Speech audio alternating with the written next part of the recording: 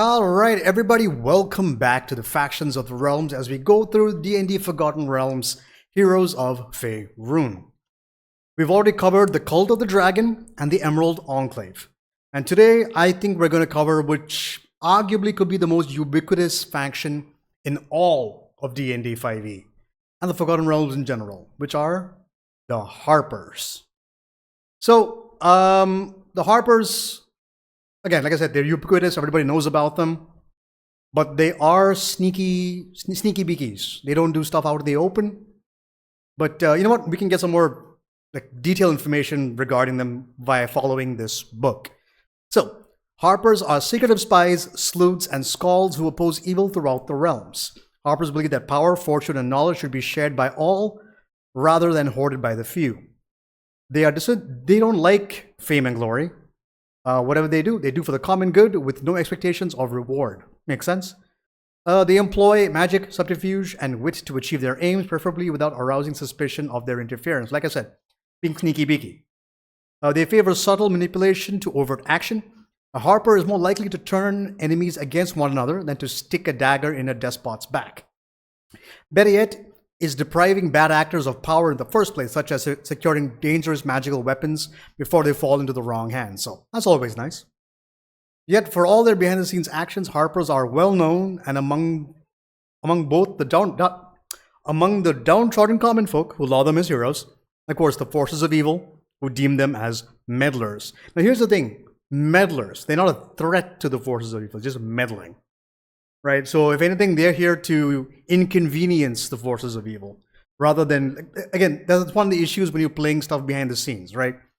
You can't overtly take actions that can affect things, but then you're always the network everyone goes to if they need information regarding evildoers. The Harpers are, like I said, ubiquitous all over Faerun.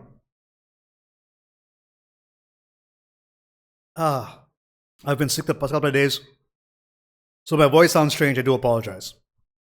Alright, goals and activities. The Harpers' primary goals are to free the oppressed and dismantle the power structures that enable such oppression. To achieve the former, Harpers commit heroic deeds and dispense useful knowledge in equal measure. To someone who says, give folks a fish and they'll eat today, teach them how to fish and they'll eat for the rest of their lives, a Harper will say, hold my ale, why not both? I don't know why I did that, but yeah. When it comes to disarming evildoers, Harpers monitor political powers and employ covert action when necessary. They don't rush into confrontation when there's time to study the situation and develop a cohesive plan. On the other hand, no Harper would hesitate to help someone in imminent danger. A Harper balances the desire to gather information and the need to act quickly. So yeah, measured in their steps, basically. Harper's secondary goals are many, and the prioritization of these goals is a matter of individual discretion. Silver-tongued Harpers focus their talents on the advancement of the Order's virtues, especially fairness and equality. Harpers with a penchant for magic undertake missions to protect or destroy potentially harmful magical items. And of course, Harpers who simply want to punish the wicked and save the innocent have no trouble finding opportunities to do just that. Considering all the various things that happen around Faerun all at once at the same time, the Harpers are never not busy. The Harper Code. The Harpers follow a loose set of guiding ideals called the Harper Code. Like the Order itself, the Code is a state of constant flux, growing, shrinking, and changing to fit the needs of the time, which is good. You want your things to evolve as the times evolves. But of course, you always have a core tenet, and that should always remain the core. But everything else can change over time. But like I said, but some tenets, such as fairness and equality, remain as much as they were when the Order was first founded. Watchwords. So yeah, code words you can use. Although I'm not going to lie, looking at these words right here, no one is free until all are free. Whatever it takes, a Harper will do. Study the past, preserve the future. For freedom to flourish, there must be balance. These are not really, I wouldn't call these watchwords. These are just phrases. I think it needs to be a little bit more, what's what we're looking for, encoded than that. Like this is just bleh, everyday stuff. So this is, the Harper Code I feel is a bit, it's too vague. So a lot of work will have to be given by the DM and the players who want to play as Harpers to flesh this out a bit more. Okay, leadership and organization. The Harpers are scattered with neither a strict hierarchy or a centralized place of command. Rather, they consist of many small cells, lone agents who operate within a vast, loose network. This open and resilient structure has enabled the Harpers to form, disband, and reform many times in the history of the realms. As befits their ethos, there is no leader of the Harpers. Authority and responsibility are shared equally among members. However, that said, veteran Harpers have a broader access to useful contacts and greater knowledge of goings on by virtue of being around or having been around longer. And the novice Harpers tend to take missions and receive counsel from their more experienced peers. Makes sense. They are always have strong bonds with each other. There's never any friendly rivalries, or outright anything, feuds even. Of course, a Harper will never hesitate to help another Harper in need. Makes sense. Again, they're just reiterating this again. They are a unified force, independent stuff. They have local cell, which is a collective of Harpers. That's always fine. They have strongholds if they have any, local notoriety, what parts of the Harper Code they consider most important. Again, they keep referring back to the Harper Code, but everyone knows it's loose as hell, so I don't know if that makes sense. So a person doesn't suddenly, you don't become a Harper. You have to be chosen by a Harper to receive the honor.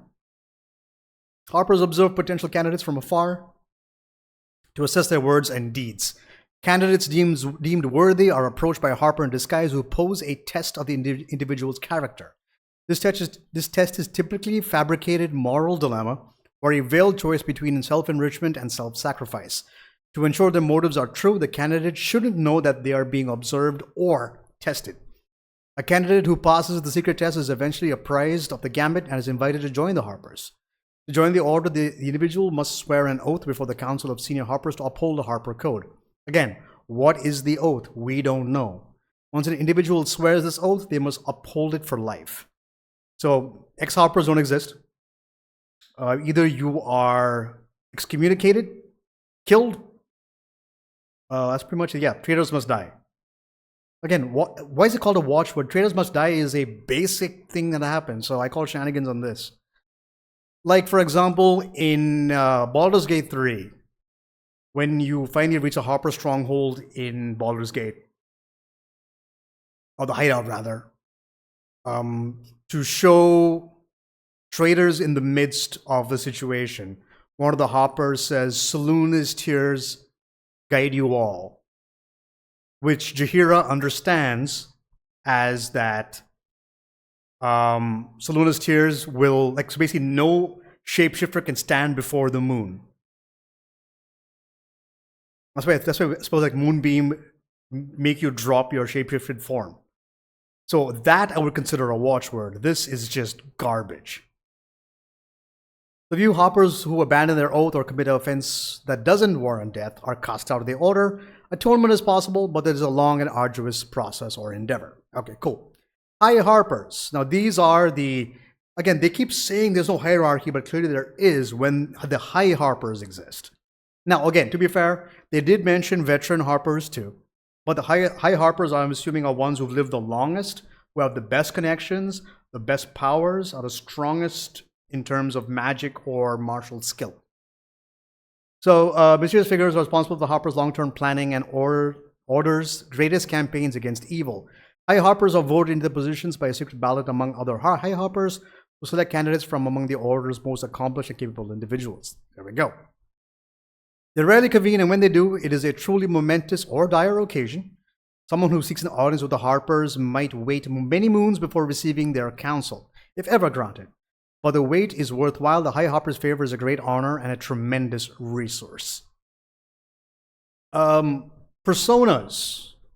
So basically, roles that you can play as a way to blend in with the surrounding folk. Or you can find various other agents amongst the town, and they know you. If you know how to spot them, or you use watchwords, you can figure out who's who. But let's go to the personas themselves.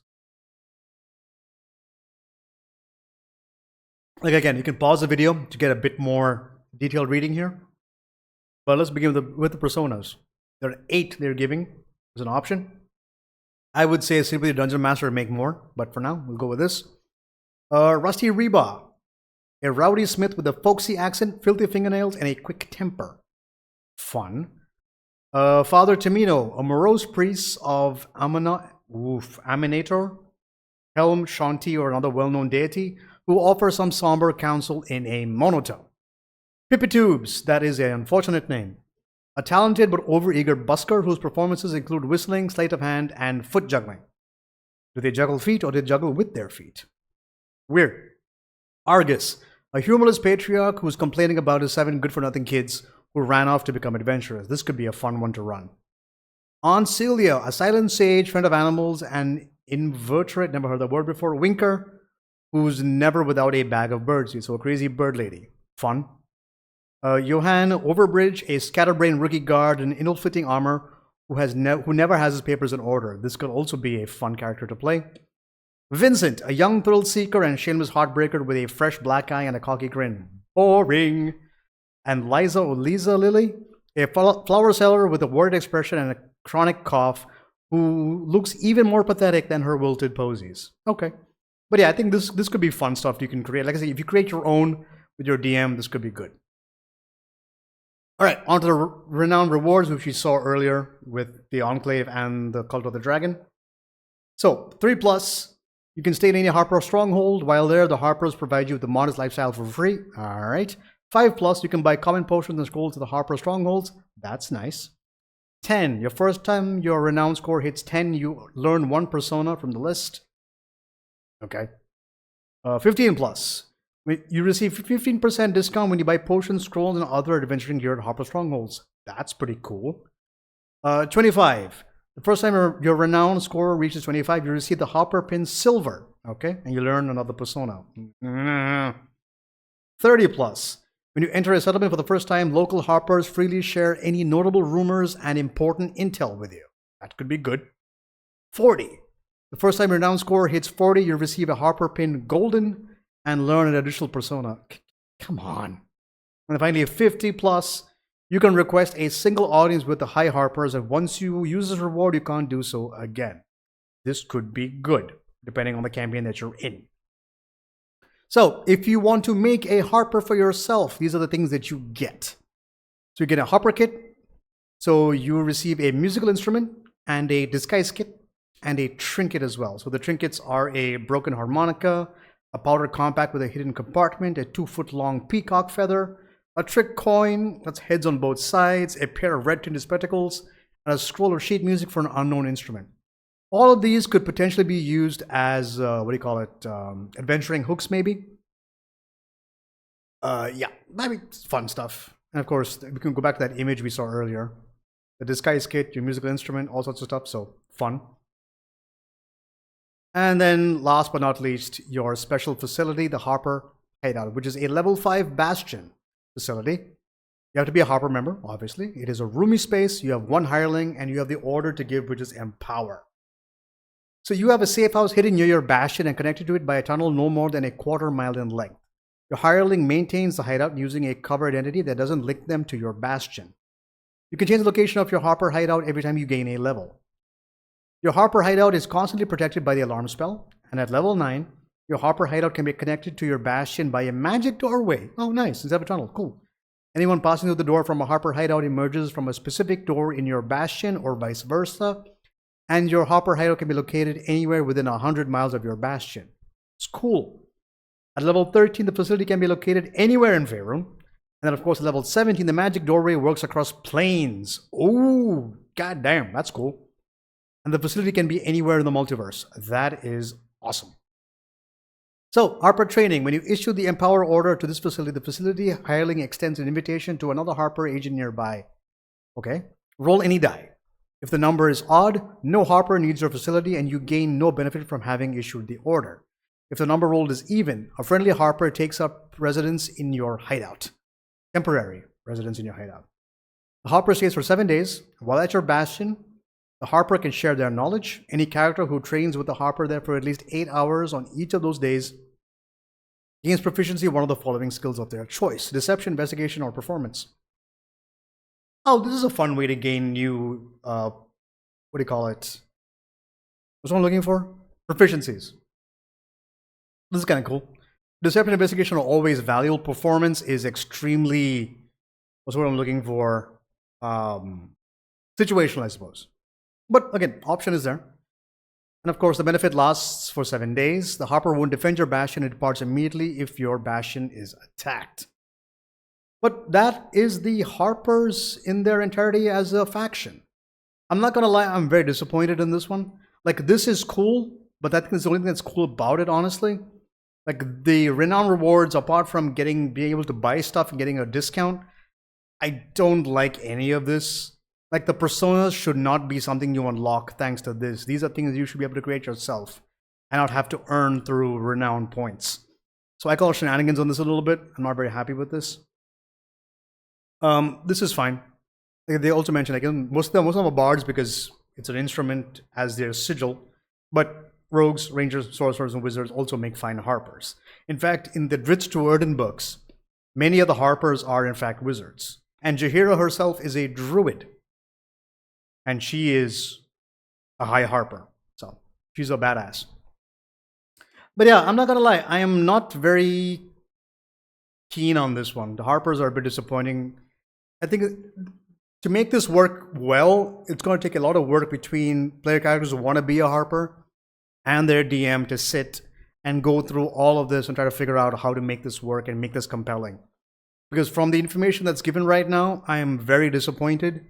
I wish there was more, but clearly players and the DM have to sit and make this better.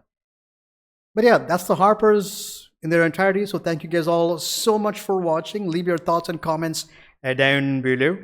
And of course, if you like the video, hit that like button. And if you want to see more stuff like this as we continue through the other factions, hit that subscribe button, and I'll catch you guys all next time. So from me to you guys, till then, peace out.